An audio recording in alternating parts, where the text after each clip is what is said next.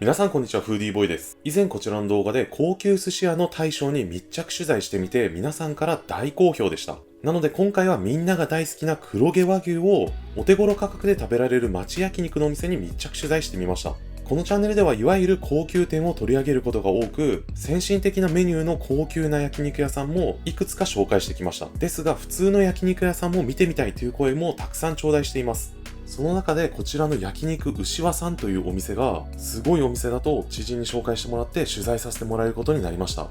なぜ和牛が安く食べられるのか、こちらで提供される和牛の何がすごいのか、普段見ることができない焼肉屋さんの裏側を撮影した超貴重映像とともにお届けしますので、お肉が好きな人はぜひ最後まで見てください。それでは本編へどうぞ。今日よろしくお願いします。よろしくお願いします。牛和さんって牧場の名前でもあるんですね。そうなんですよ。岐阜県の飛騨牛を飼育している牛和牧場さん、こちらからお名前いただいて、焼肉牛和っていう店名で営業させてもらってます。じゃあこの牧場に決めたっていうなんか理由とかこだわりがあってそうされてるんですか？牛に対する生産者さんの思いだったり、お肉を食べてみた時のお肉自体の味わいっていうところに惚れ込んで、使わせてもらうようにしました。ただ単に今流行りの和牛っていうものの脂が乗ってて美味しいよねっていうだけじゃなくて、お肉自体の味も濃いっていうところが、一番のポイントかなと思います。これから肉磨きですかね？はい、そうですね。これから肉を磨いていくんですけど、今日はこの大きい塊を2つ磨いていきます。この2つの部位は何と何ですか？こちらがリブロースですね。と、こちらが肩になります。うわ、サシが袋の上からでも綺麗ですね。リブロースってどんな部位ですか？サーロイン側よりも脂の乗りが優しいっていうようなイメージになりますかね。熟成とかははい。特段していないんですかね？そうですね。熟成はちょっとうちはしてないですね。せっかく牧場さんとつながって新鮮なものを仕入れられてるので、そっちの新鮮さっていうものを味わってもらえればなと思ってます。手袋をしないのはなんかあえてこだわりとかがあるんですか？そうですね。手袋をしてると肉自体の質感もちょっと自分で感じれないですし、僕は基本的に素手でやります。今は上カルビの部位を取っていくような形になるんですかね？そうですね。結構油がやっぱり出るので、その余分な油を今はちょっと剥がしてます。カットしていく中で筋っぽい部分を取り除くみたいなはい。意味合いもあったりするんですか？そうですね。ちょっとだけ白い膜があったりするんですね。口に残ってしまう。ちょっと硬い部分になるので、そこも一緒に外すようなイメージで。なんか上カルビってもっと油っていうイメージだったんですけど、赤身もしっかりある感じですかね？そうですね。お肉と油のバランスっていうところを大事にしていきたいなっていうのがあるので、ただ単純に油がいっぱいあれば上に登っていくっていうようなイメージじゃないですかね。これを今度は柵取りしていくっていう感じですかね？はい、そうです。こういう形で柵取りします。お肉の繊維に合わせて切っていきます。提供するときにこう切れば綺麗な断面がお客様のところに出せるっていうような。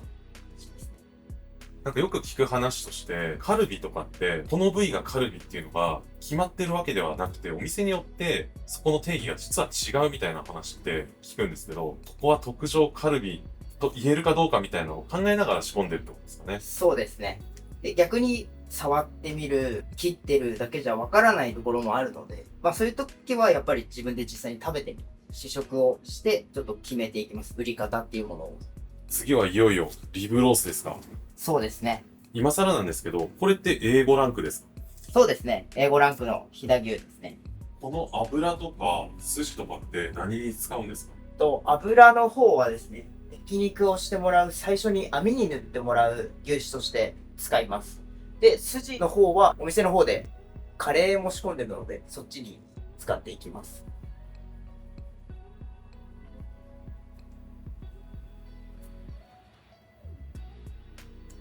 これで肉磨きは一旦完了ですか？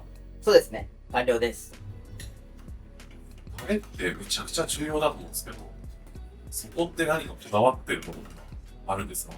一応すべてお店で作ってるものを使用してまして、こだわってるところといったら、人工的な調味料を使わずに仕上げてますね。お店で煮干しと昆布のお出汁を取って、それをベースに醤油だったり、味噌だったり、塩だったり、すべてタレは出汁をベースにお肉の味わいも殺さずにより美味しくできるのがこういうタレかなと思って作ってます。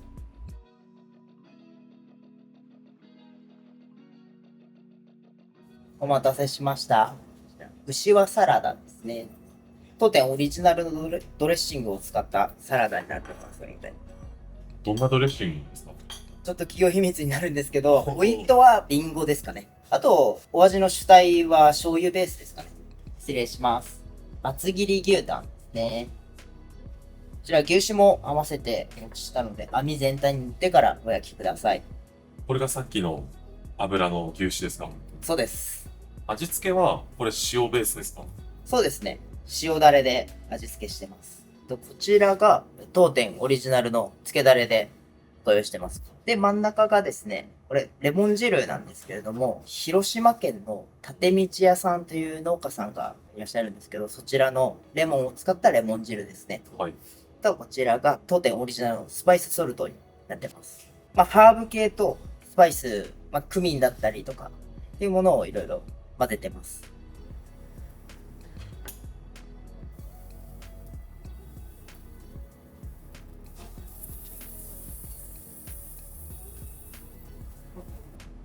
うわ、柔らか。持っただけでトング越しでも柔らかさわかりますね。焼いていきます。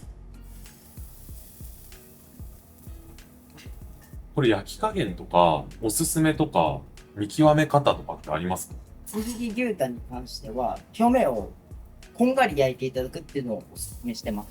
その方が歯切れがいい牛タンに焼き上がるので、レアすぎない方が厚切り牛タンは美味しく召し上がれると思います。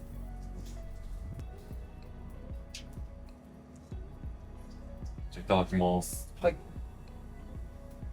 旨味強いですね。そうですね。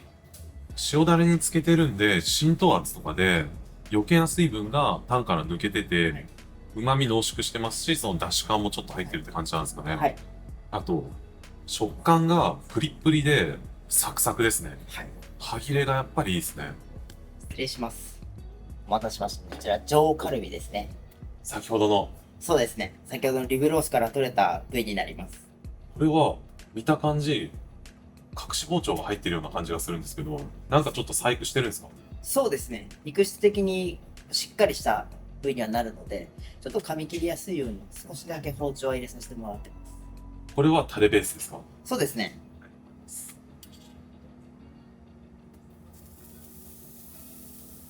これは焼き加減はどれぐらいですか？あまり焼きすぎない方が美味しく召し上がっていただけるかなと思います。表面がカリカリしてきちゃうと、ちょっと焼きすぎぐらい。焼きすぎかなと思います。これでもう大丈夫ですかね？はい、大丈夫です。これはタレがもともとついてると思うんですけど、はい。タレはつけずにそのまま食べた方がいいですか？ある程度お味はついてるので、まずは何もつけずに召し上がっていただいて、2枚目以降でタレをつけるか、ちょっと選んでいただけるといいかなと思います。飛騨牛 A5 ランクの上カルビいただきます。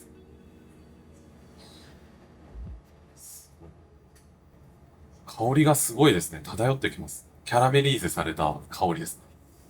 じゃあいただきます。はい。赤身の旨味もあれば、油の旨味もあって、でその油の旨味が全然くどくないんで、赤身のその肉汁と一体化するスピードがめちゃくちゃ速いですね。失礼します。こちらがリブロースと芯ですね。こんな厚切りで出てくるんですね。そうですね。これやっぱり肉質的にもとても柔らかいので、こういった厚切りの方がより楽しんでいただけるかなと思います。これは塩と胡椒でシンプルに。そうですね。はい。質がもうめっちゃ柔らかい証拠ですね。これは焼き加減は結構じっくりめに焼いていく感じですか？厚切りにしてることで、どう頑張っても中はレアなので、それを楽しんでもらえればなと思って厚切りでやってます。なのでそこまでこう、周りがこう、こんがりすれば、もう食べ頃かなと思います。ちょっと押し返されるような弾力が出てきたら食べ頃だと思います。これは食べ方としては、さっきとはちょっと違うタレじゃなくて、そうですね。わさびかおすすめガはーリックで。はい。はい、まずわさびいただきます。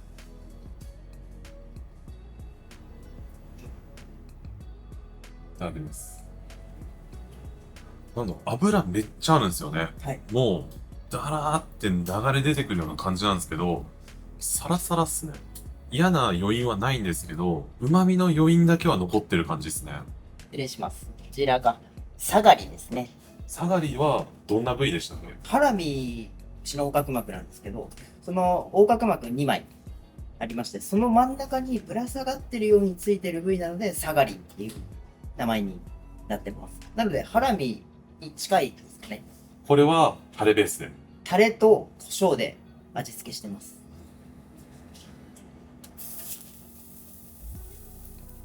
これも結構厚切りだと思うんですけど、焼き加減としては、これもちょっとレアめで焼く感じですか？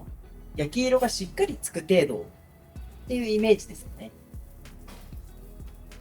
こんな感じでどうでしょう？いいですね。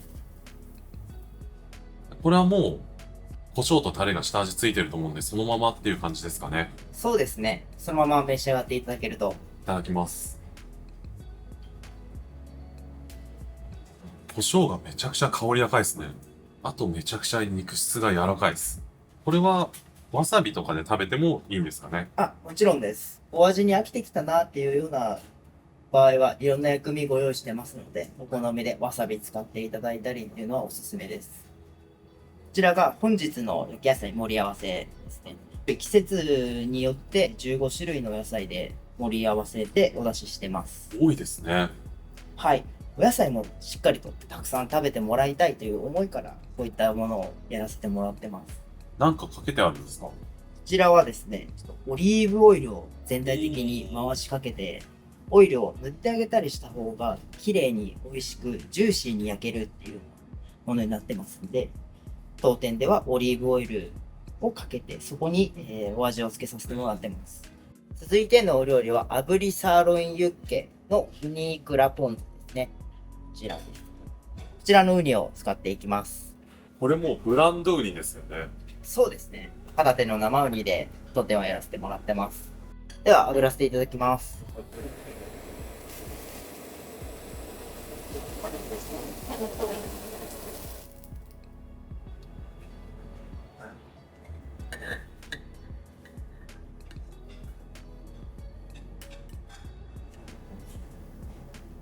片面だけ炙るって感じなんですね。そうですね。で、ウニとイクラをこちらに乗せて。はい。こ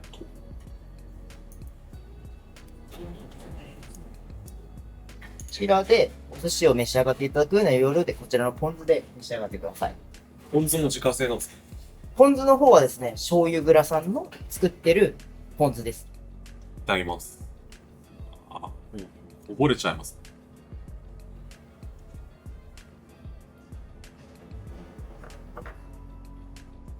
ウニが全く臭みないですね。ポン酢がまろやかで、コクがありますね。まるで寿司食べてるみたいな、寿司酢が優しく乗っかってるみたいな感じの味わいですね。失礼します。お待たせしました。こちら、牛和カレーですね。これもう見た感じ具がゴロゴロなんですけど、何が入ってるんですか？リブロースを肉磨きした時に出た牛すじだったり、ホルモンの端っことかを全て、牛の全てが詰まったカレーっていうようなイメージですね。これスパイスとかは、もう全部自家製ですか？そうですね。オリジナルでスパイスをいろいろと15種類ほどブレンドしてます。じゃあいただきます。はい。めっちゃ肉々しいですね。入ってる塊が全部ホロホロでもほどけるように柔らかいですね。スパイスが加わって肉の旨味もルーに染み出してて、めちゃくちゃ美味しいです。